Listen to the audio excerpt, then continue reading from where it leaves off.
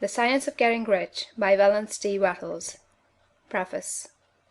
This book is pragmatical, not philosophical; practical manual, not a treatise upon theories.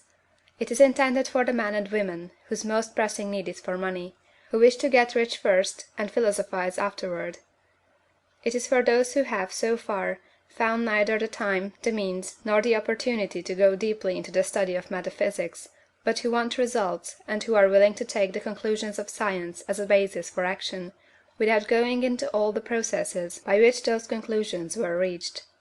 It is expected that the reader will take the fundamental statements upon faith, just as he would take statements concerning a law of electrical action if they were promulgated by a Marconi or an Edison; and, taking the statements upon faith, that he will prove their truth by acting upon them without fear or hesitation. Every man or woman who does this will certainly get rich, for the science herein applied is an exact science, and failure is impossible.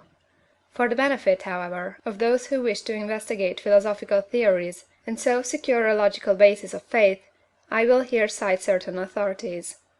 The monistic theory of the universe, the theory that one is all, and that all is one; that one substance manifests itself as the seeming many elements of the material world, is of Hindu origin, and has been gradually winning its way into the thought of the Western world for 200 years.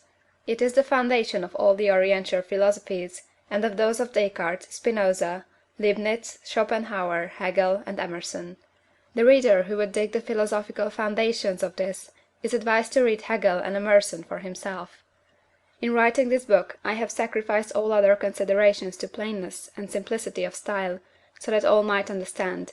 The plan of action laid down herein was deduced from the conclusions of philosophy. It has been thoroughly tested, and bears the supreme test of practical experiment.